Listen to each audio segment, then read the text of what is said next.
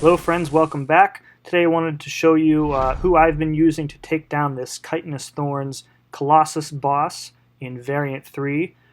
So I don't have a Sentinel. Nebula is really my best bleed immune option. I have a 6-star R1. So if you're not familiar with the node, and whenever Colossus gets an armor buff, and he gets 1 automatically every 10 hits, plus his normal armor buffs from his abilities, if you hit into him, you're going to take bleed damage. So you absolutely need a bleed immune champion for this fight. And since I don't have Sentinel, Nebula is kind of like my go-to. So one thing that helps make this fight a little bit easier is that Colossus's animations for his Heavy and his S1 have been significantly lengthened.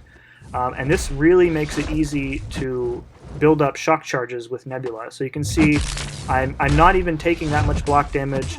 I'm trying to back off and hold block, just kind of waiting out his special attacks. I can basically sit there 1 dash back's distance away from him when he throws his S1. The first hit won't connect, and then I can just dash out of the way of his second hit and come back in. So the idea here is, of course, to hold 28 shock charges, and then have an S2 ready, parry him to transfer the shocks, and then launch your S2 immediately to double them.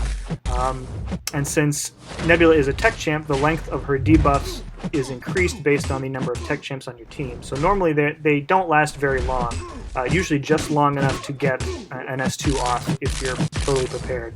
However, I do have, I think, 1 or maybe 2 other tech champs on my team at this point, so they're going to last like 10%, 20% longer, I think it is. So there you go. I've parried him to transfer the 20, then it's double to 40, and you can see this is a 78k Colossus, and I just knocked off like 30% of his health. So really, with minimal preparation and just some awareness of dexing and the length of his animations, you can absolutely do this in not a lot of hits. I think this fight ends with somewhere around, I don't know, like 150. I'll have to see at the end. But as far as options go, Nebula, not thought of as a very highly rated champ, I don't think. I've used her extensively in both this variant and in Variant 1 for the tech chapter. I found her very useful. So, doesn't have she doesn't have a very high base damage. Really, the damage comes from her shock charges.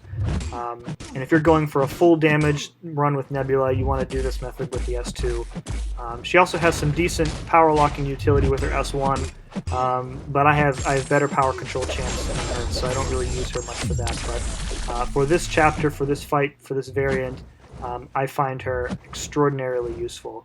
And I know Dorky Diggity Dave would be happy because he's a huge Nebula fan. I think she's pretty underrated.